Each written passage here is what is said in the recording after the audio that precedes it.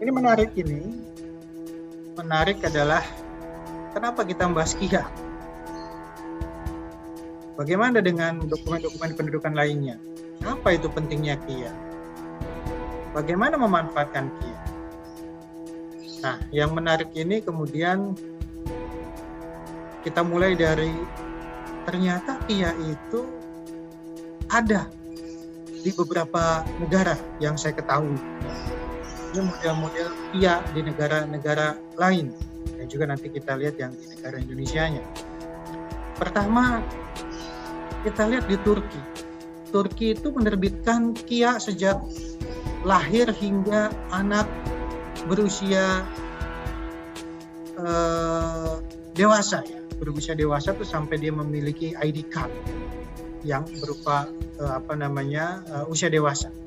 Jadi kartu diterbitkan di Turki itu sejak lahir, sehingga untuk anak yang berusia mulai dari 0 tahun ke atas itu sudah memperoleh kartu identitas. Nah, kemudian di Belgia, kartu identitas untuk anak Belgia itu diterbitkan untuk anak yang berusia mulai 6 tahun sampai dengan 12 tahun. Ya. Kemudian di Swiss itu 0 tahun sampai dengan 18 tahun.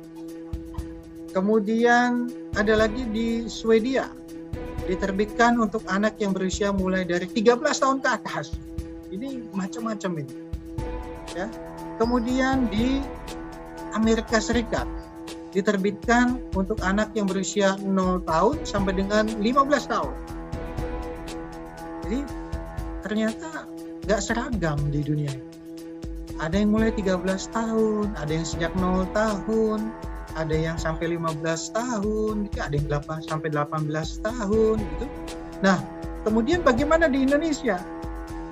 Di Indonesia itu ternyata kita punya kebijakan mulai 0 tahun lahir, ya, baru berodol gitu, baru keluar, baru lahir. Nah, itu sampai dengan 17 tahun kurang 1 hari. Ya. Jadi 17 tahun kurang 1 hari. Pas 17 tahun dia bisa merekam KTP elektronik dan kemudian mendapatkan KTP elektronik. Nah, sejarah perkembangan KIA Recording in progress. Mulai mulai tahun 2005, ya, di tempat sekarang saya berada di Yogyakarta itu sudah mulai dibuat yang namanya kartu anak. Kemudian di Surakarta tahun 2009. Kemudian lanjut lagi Kota Pangkal Pinang 2014. Kemudian muncul lagi di 2015 di 4 kabupaten kota. Ada Kota Malang, Kabupaten Bantul, Kota Makassar, dan Bangka Tengah. Tahun 2016 Kota Depok.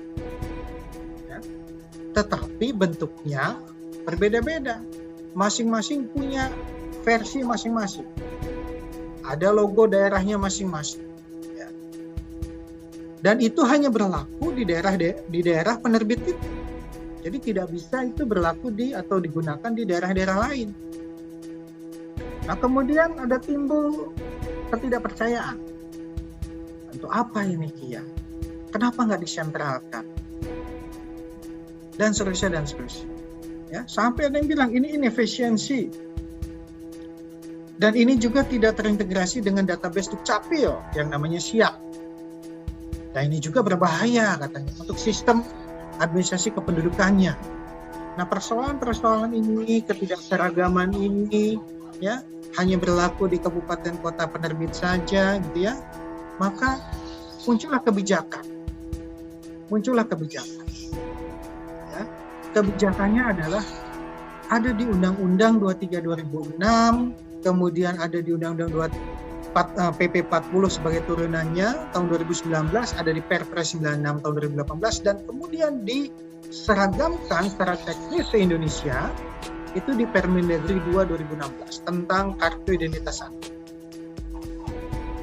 Nah, dengan terbitnya permen itu mulai tahun 2016 kita sudah punya sejumlah 32.259.557 anak atau 42,61%.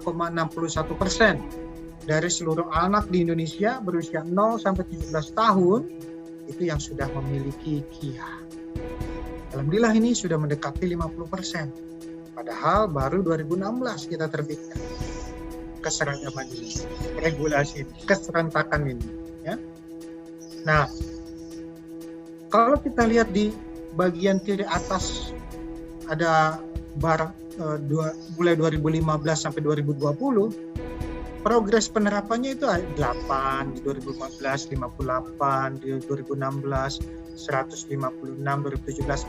Kenapa ada 8 itu uji coba untuk diseragamkan di 8 daerah. Mulai 2016 58 daerah. Kita buat pilot project di 58 kabupaten kota. Kemudian 2017 naik lagi di 156 kabupaten kota. Nah, itu ada stimulasi kami berikan dari pusat kepada daerah-daerah di 58 dan 156 ini. Apa stimulasinya? Kita berikan belangko KIA-nya. Ya. Kita distribusikan ke mereka supaya distimulasi daerah itu mau membuat kartu identitas. 2018 306, terus 2020 alhamdulillah sudah 514 kabupaten. Tapi ternyata informasi mengenai KIA ini masih terus perlu disosialisasikan, ya, karena ada beberapa masyarakat masih belum melihat pentingnya untuk mengurus KIA, dan daerah juga ada dinas kabupaten kota juga yang belum mengerti pentingnya KIA. Itulah salah satu sosialisasi ini, ya.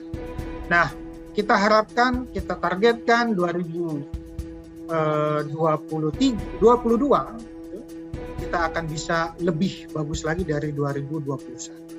Sebenarnya target 2021 itu cuma 30% dari seluruh anak di Indonesia itu punya KIA. Ternyata di 2021 sudah melampaui dari target 30% menurut Rencana Pembangunan Jangka Menengah Nasional. Ya, terima kasih teman-teman Dinas Dukcapil se-Indonesia.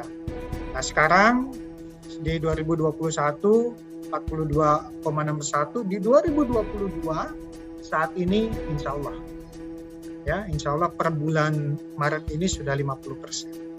Ya, datanya masih terus dikumpulkan dan kami yakin sudah mencapai 50%. Dan mudah-mudahan kalau nggak ada halangan sampai akhir tahun 2022 kita bisa mencapai kira-kira di angka 75% sampai 100%. Nah, Ibu Bapak semuanya, kalau target sampai 2024 itu harusnya mencapai 60%. Tapi kami optimis, kami yakin di 2022 ini lebih dari 75%.